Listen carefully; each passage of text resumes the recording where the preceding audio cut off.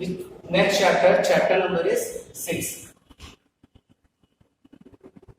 देखिए chapter number 6 हम लोग स्टार्ट करेंगे आज। तो चैप्टर नंबर 6 स्टार्ट करने से पहले, ये एक्सरसाइज स्टार्ट करने से पहले तो सीखते हैं। चैप्टर नेम जो है that is the algebraic expressions. What is algebraic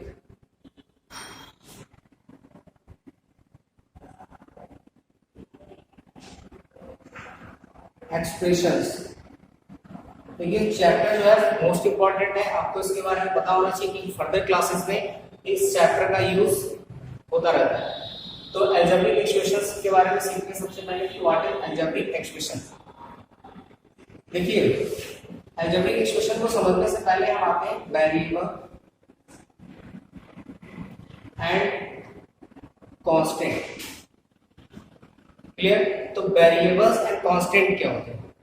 variables are whose which value may be changed, यानी कि वेरिएबल वो होते हैं जिनकी वैल्यू क्या हो सकती है, चेंज हो सकती है। जैसे मैं वेरिएबल की बात करूं x y z, these are variable, you can say from alphabetical letters a to z all are variables। अब वेरिएबल को बोल क्यों रहे हैं? मैंने बोला कि the value of variable may be change, यानी कि इनकी वैल्यू चेंज हो सकती है। यानी कि आप x की जगह पे 1 भी हो सकते हैं, 2 भी हो सकते हैं, 3 हो सकते हैं। आपने क्वेश्चंस देखे होंगे, putting the value of x is equal to 1 2 3 4 5 etcetera. तो इसी तरीके से वेरिएबल जितने भी होंगे उनकी वैल्यू क्या हो सकती है, डिफरेंट हो सकती है। तो x y z है, a b c हो सकता है, l m n हो सकता है, p q r s, these are all variables। Now constant. अब कांस्टेंट क्या होता है? कांस्टेंट का मींस होता है फिक्स, यानी the value of constant is always fix. जैसे मैंने बोला आपसे 2, तो 2 इज अ कांस्टेंट। क्यों उसको कांस्टेंट बोला गया है कि आप 2 को 2 ही बोलेंगे, 2 को 3 नहीं बोल सकते। बट x जो है x की जगह पे आप 1 भी बोल सकते हैं, 2 भी बोल सकते हैं, 3 भी बोल सकते हैं, इसीलिए उसको वेरिएबल बोला गया और 2 को कांस्टेंट बोला गया। क्लियर? इसी तरीके से जितनी भी डिजिट्स होंगी you can remember it by digit, कि जितनी भी डिजिट्स होंगी वो सब क्या होंगी, कांस्टेंट होंगी। क्लियर? अब ये सब समझाया किस लिए गया? अलजेब्रिक एक्सप्रेशन का ही एक पार्ट है। तो अब डेफिनेशन यहां से क्या बनेगी? The combination of variable and constant is known as a algebraic expressions। I hope this is clear। Now next देखिए अब क्या है। अब algebraic expression कुछ टॉपिक है या इसके पार्ट्स हो सकते हैं। पॉलिनोमियल। अब आपको ये कुछ नया वर्ड लग रहा होगा, व्हाट इज पॉलिनोमियल। देखिए पॉलिनोमियल के ही वर्ड में कुछ छिपा हुआ है। अब आपको देखिए कैसे समझना है। पॉली का मींस होता है मैनी, आपको समझना है। पॉली का मींस होगा मैनी एंड नोमियल्स का मींस होता है टर्म्स। क्लियर? अभी तक हम अलजेब्रिक एक्सप्रेशंस के बारे में वेरिएबल एंड कांस्टेंट समझ चुके हैं। अब हम समझेंगे कि पॉलिनोमियल क्या है। एक पॉलिनोमियल जो है अलजेब्रिक एक्सप्रेशन का ही पार्ट है। तो पॉली का मींस मैनी, जैसे पॉलीगैमी या पॉली एंड इस तरीके के वर्ड होते हैं। तो पॉली का मींस मैनी एंड नोमियल्स का मींस होता है टर्म्स। ओके, जैसे पॉलीग्लॉट का मींस होता है one who can speak more than 2 और 3 लैंग्वेज, यानी कि एक ऐसा व्यक्ति जो एक से ज्यादा लैंग्वेज बोल सकता है। तो यानी कि वहां पे मैनी की बात हो। Poly का means many, nominal का means होगा terms। Clear? So if there are many terms, then we will say polynomial। I hope this is clear। अब देखिए polynomial को भी डिवाइड किया गया है कुछ पार्ट्स में, इनके टाइप्स है। तो टाइप्स फर्स्ट है मोनोमियल। फर्स्ट क्या है? मोनोमियल। अब मोनोमियल की डिफिनेशन आपको रटनी नहीं है, ठीक है, केवल आपको समझना है। मोनो का मींस होता है 1, आपको ध्यान रखना है। मोनो का मींस होगा 1 और नोमियल का मींस मैंने बताया क्या होता है, नोमियल का मींस होता है terms. So if there are only one term then it will be monomial. Clear? अगर जैसे टर्म की मैं बात करूं तो क्या है, x एक टर्म है, y है ना, देखिए y क्या है, एक वेरिएबल है, तो टर्म हो गया। आप अगर बोलेंगे 2 तो this is also a monomial. Clear?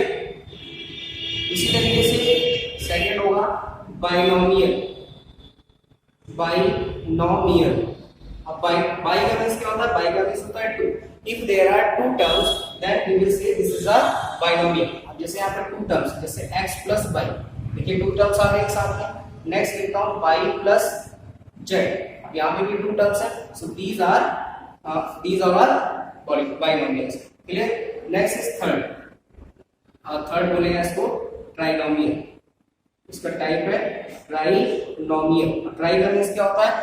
जैसे आपने ट्रायंगल में सुना होगा ट्राइएंगल, तो ट्रायंगल मतलब where 3 angles, तो then we will say triangle इसी तरीके से ट्रायंगल होता है 3 if there are 3 terms like a plus b plus c, how many terms are here 3 terms. अगर देखिए इसी तरीके से a b c मल्टीप्लाई में लिखे हुए हैं, ये देखिए प्लस में लिखे मल्टीप्लाई में लिखे, so this will be monomial, ये आपको ध्यान रखना है। क्लियर, ये हो गया ट्राइनोमियल। एक पार्ट इसका और होता है फोर्थ पार्ट। फोर्थ पार्ट क्या देखिए multinomial. Multinomial, multi का मीन्स होता है when in which algebraic equation if there are more than 2 terms, अगर मोर देन 2 और 3 टर्म्स, जैसे मान लीजिए मैंने यहाँ पे लिखा a plus b plus c plus d plus e plus f, how many terms are there 1 2 3 6 terms, so we will say this is a multinomial. I hope is it clear to all, यहाँ तक समझ आ गया होगा। अब देखिए इसमें बहुत सारे टॉपिक है। अब नेक्स्ट हम डिस्कस करेंगे कोएफिशिएंट। कोएफिशिएंट, अब कोएफिशिएंट आने से पहले कुछ और समझते हैं। Like and unlike terms, like and unlike terms, like and unlike terms क्या होते हैं? देखिए लाइक और अनलाइक टर्म्स हम उनको बोलेंगे व्हेनेवर वेरिएबल्स आर सेम। जैसे यहाँ पे मैंने एग्जांपल लिखा x 2x and 3x, these are the like terms। क्यों इनको like terms बोला गया? क्योंकि यहाँ पे वेरिएबल क्या x है, बट आपको कांस्टेंट नहीं देखना है, कांस्टेंट 2 और 3 है, आप इसको लीव कर दीजिए, केवल वेरिएबल को देखिए, वेरिएबल क्या x है, तो these are the like terms। जैसे मैंने एक एग्जांपल लिया y² and 7y², so these are also like terms। Clear, एक और एग्जांपल ले लेते हैं xy² and y²x।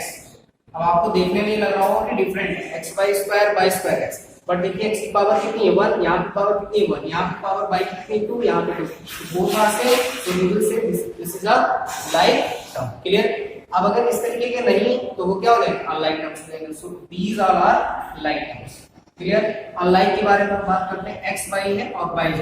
देखिए यहाँ पे x y है और यहाँ पे y z है, तो these are unlike terms, you can say these are unlike terms. I hope you all are getting whatever I am telling here. So now moving on coefficient। अब देखिए coefficient क्या होता है, टर्म्स के बारे में क्लियर हो गया। ये टर्म्स इसलिए बताए गए क्योंकि जब आप एडिंग सब्ट्रैक्शन करेंगे तो आपको पहले लाइक और अनलाइक ही अरेंज करना होगा। अब कोएफिशिएंट के बारे में बात करते हैं। जैसे कोएफिशिएंट आपसे पूछा जाए what is the coefficient of x here, कहां पे देखिए 2x/2, आपसे पूछा है what is the coefficient of x here, तो जिसका पूछा जाएगा केवल आपको उसको हाइड करना है। मान लीजिए x का पूछा गया तो मैंने x को हाइड किया, अब देखिए क्या बचा है 2 and y², so the coefficient of x you can write it, coefficient of x क्या हो जाएगा 2y², जिसका पूछा गया उसको हाइड कर लीजिए। क्लियर, नेक्स्ट देखिए एक और एग्जांपल लेते हैं 3ab² c। अब आपसे पूछा जाए what is the coefficient of a, जिसका पूछा गया उसको हाइड करना है, तो क्या बचेगा 3b² c। Clear, last topic देख लेते हैं, इसका क्या है degree.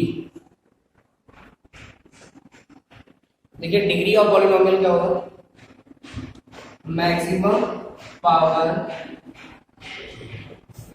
Power of variable.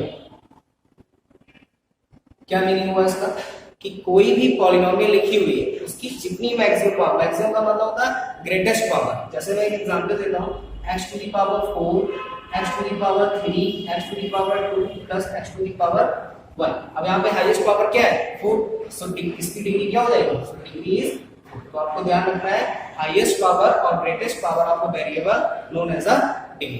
Clear, तो like terms unlike terms I hope clear हो गया होगा। अलजेब्रिक एक्सप्रेशंस क्या होता है क्लियर है। So now let's start exercise 6a।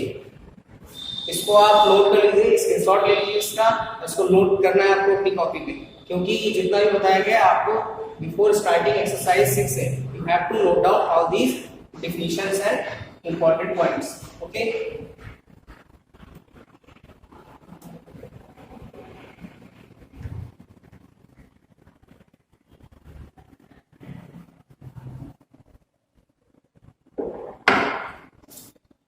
exercise 6a। देखिए जो कुछ समझाया गया है मुझे लगता है एक्सरसाइज आप खुद से सॉल्व कर सकते हैं, बट फिर भी क्वेश्चन को स्टार्ट करते हैं जिससे कि आपको समझ आ जाए किस तरीके से एक्सरसाइज को सॉल्व करना है। 2m n plus 3m।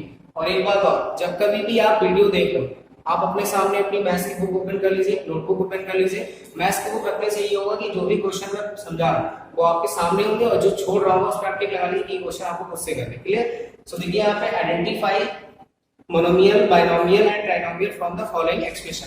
आपको आइडेंटिफाई करना है कि which one is monomial, binomial, trinomial. तो बाइनोमियल, मोनोमियल, ट्राइनोमियल के बारे में मैंने बताया। If there is one term that is a monomial, if there is two term that will be binomial, if there is three term that will be trinomial. अब देखिए यहाँ पे टर्म्स कितने हैं? Two terms, so this is a binomial. Simple सा answer है। Clear? अब answer sheet नहीं लिखना है, डायरेक्ट आंसर से उठाया सब लिख दिया, आपको खुद से समझना है कि देयर आर टू टर्म्स। इसी तरीके से देखिए सेकंड वाले में क्या लिखा हुआ है? This will be a trinomial. Third में क्या होगा? मोनोमियल। फोर्थ में क्या होगा? बाइनोमियल। एंड फिफ्थ में trinomial. And last one is also trinomial. Now the question number 2, first part, write the coefficient of x in the following. क्या पूछा गया? Coefficient of x। So we will write coefficient of x in 2x। अब आपसे किसका coefficient पूछा गया? x है। जिसका पूछा गया हाइड कर लिए, x को हाइड किया, क्या बचा है? 2। तो आंसर यहाँ पे क्या होगा? खत्म। क्लियर? इसी तरीके से नेक्स्ट देखिए, थर्ड पार्ट बताता हूँ किस तरीके से करते हैं। -2px, आपसे क्या पूछा गया? Coefficient of x। तो we will write coefficient of x in -2px। अब देखिए किसको हाइड करना है? x को। तो x को हाइड किया, क्या बच रहा है? 2p नहीं बच रहा है, -2p। क्लियर? जो भी साइन होगा वो आपको लेना पड़ेगा। I hope this question is also clear. Now the question number 3, right the coefficient of. अब देखिए इसमें right the coefficient of, question के सामने दिया है कि किसका फाइंड करें। जैसे मान लेते हैं कि फर्स्ट में ही बोला गया है x इन -6x/2। तो किस तरीके से कोएफिशिएंट निकालेंगे? तो यहाँ पे लिखेंगे coefficient of x in -6x/2। ठीक है, आपको x का कोएफिशिएंट बताना है, तो जिसका पूछा गया हाइड कर लेना है। आंसर क्या आ जाएगा? -6/2। क्लियर? 6 पार्ट देखिए, इसमें क्या होगा? z इन -z। अब इस क्वेश्चन को कैसे करेंगे? आपसे पूछा गया कोएफिशिएंट ऑफ z, तो यहाँ पे लिखेंगे coefficient of z in -z। अब -z को आप क्या लिख सकते हैं बताइए? -z इंटू 1 लिख सकता हूँ मैं, और ये जो साइन है इसको मैं क्या लिख सकता हूँ? -1। z इंटू -1 क्या लिखा होगा? -z ही लिखा होगा। तो इसका कोएफिशिएंट देखिए क्या है? -1, क्योंकि जिसको पूछा गया उसको हाइड करना है, तो आंसर क्या होगा? -1। आई hope is it clear. Now the question number 4, identify like terms in each of the following. अब देखिए लाइक टर्म्स कैसे आइडेंटिफाई करेंगे?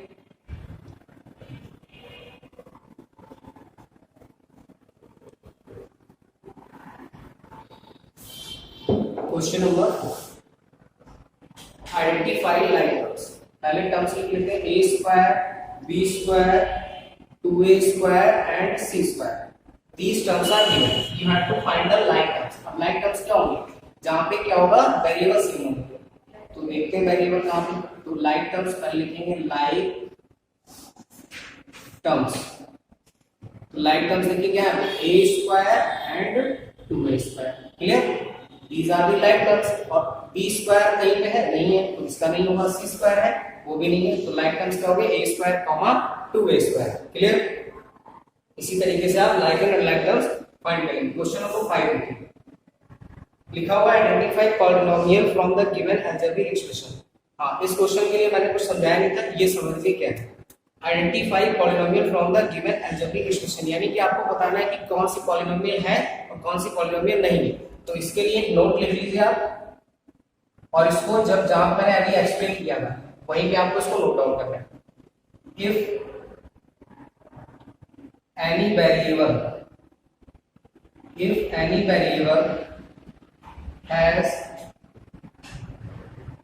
negative power, अगर कोई भी वेरिएबल की पावर नेगेटिव है या फ्रैक्शनल है कैसी पावर है, फ्रैक्शनल है, और या वो अंडर रूट में लिखा हुआ है, इसमें लिखा है अंडर रूट, और अंडर रूट का मैं साइन ब्रैकेट में लिख देता हूँ, this is the under root sign, और क्यूब रूट, स्क्वायर रूट और क्यूब, इस तरीके के साइन अगर कहीं पे लगे तो अब किसके ऊपर, वेरिएबल के ऊपर, यहाँ पे मैंने लिख दिया इसलिए वेरिएबल।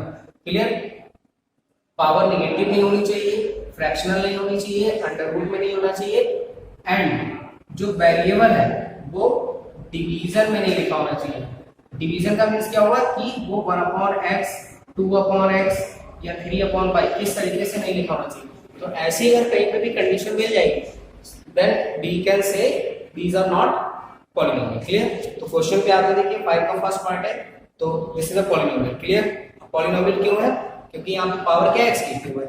नेक्स्ट में देखिए लिखा हुआ है 2/x + 3/x स्क्वायर, तो मैंने क्या बताया कि अगर वेरिएबल डिविजिबल में होगा यानी 1/x लिखा है तो जब आप इसको कन्वर्ट करेंगे x⁻⁻1 होगा, इसको आप एक्सपोनेंट में सीख चुके हैं। ठीक है, जैसे मैंने एक्सपोनेंट में आपको क्या बताया था, x⁻1 = 1/x, और 1/x को आप क्या लिखेंगे, x⁻−1 ही तो लिखेंगे, तो वेरिएबल की पावर कैसी होगी, नेगेटिव होगी। और मैंने बोला है कि अगर नेगेटिव पावर है किसी भी वेरिएबल की that will not a polynomial.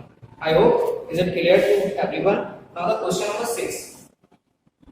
Question number 5 समझ में अगर नहीं आता है तो आप मुझे कमेंट बॉक्स में लिख दीजिए, व्हाट्सएप पे मैसेज कीजिए। Okay, question number 6, write down the degree of the following polynomial. अब देखिए डिग्री लिखना है 4x² - x⁴। अब डिग्री के लिए मैंने क्या बताया था, the greatest power of a variable. इसका सॉल्यूशन क्या हो जाएगा, degree of 4x² - x⁴ = clear. और क्यों लिखा, क्योंकि यहाँ पे हाईएस्ट पावर क्या है, क्लियर। एक और क्वेश्चन ले लेते हैं, जैसे देखिए थर्ड पार्ट कंफ्यूजिंग है तो इसको समझिए, mn² + 4। अब देखिए यहाँ पे कोई भी बोलेगा कि मैक्सिमम पावर 3 है तो इसकी डिग्री 3, दैट इज रॉन्ग, गलत है। किस तरीके से करेंगे, देखिए जब कभी भी एक चीज आपको समझ लेना, अगर x + y लिखा है तो यहाँ पे डिग्री जो है वो पावर कितनी है, मैक्सिमम 1, तो 1 हो गया। क्लियर, बट अगर यही x × y मल्टीप्लाई में लिखे तो इनकी जो पावर लिखी है उनको ऐड करके लिखेंगे, यानी कि यहाँ पे डिग्री कितनी होगी, 2। तो वेरिएबल्स देखिए पावर कितनी है, 2, यहाँ पे पावर कितनी है, 3, तो 2 3 5, और यहाँ पे कितना मिला, 2 3, तो इसकी जो डिग्री हो जाएगी कितनी होगी, 5। क्लियर हो गया है, क्लियर। इसी तरीके से देखिए फोर्थ पार्ट है p² ³ 4 प्लस pq² + 1। अब यहाँ पे डिग्री आप देख के बता सकते हैं डिग्री क्या होगी, तो डिग्री देखिए क्या है, 4 to 6।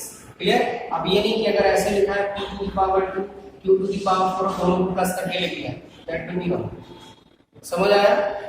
अब इसमें देखिए कुछ एमसीक्यूज हैं और हॉट क्वेश्चन है। एमसीक्यूज के क्वेश्चन जैसे लिखा है binomial is an algebraic expression with degree 2 terms 2 variables, none of these. तो क्वेश्चन नंबर 7 इसको नोट कर लीजिए आप, क्वेश्चन नंबर 7 2 जितने भी एमसीक्यू है 12, ठीक है, मैच ऑफ द फॉलोइंग आप छोड़ दीजिएगा। क्वेश्चन नंबर 11 इनके मुझे आंसर्स कमेंट बॉक्स में आपको लिखने हैं। क्वेश्चन नंबर 7 का आंसर क्या है, क्वेश्चन नंबर 8 का क्या है, 9 का, 10 का और 11 का।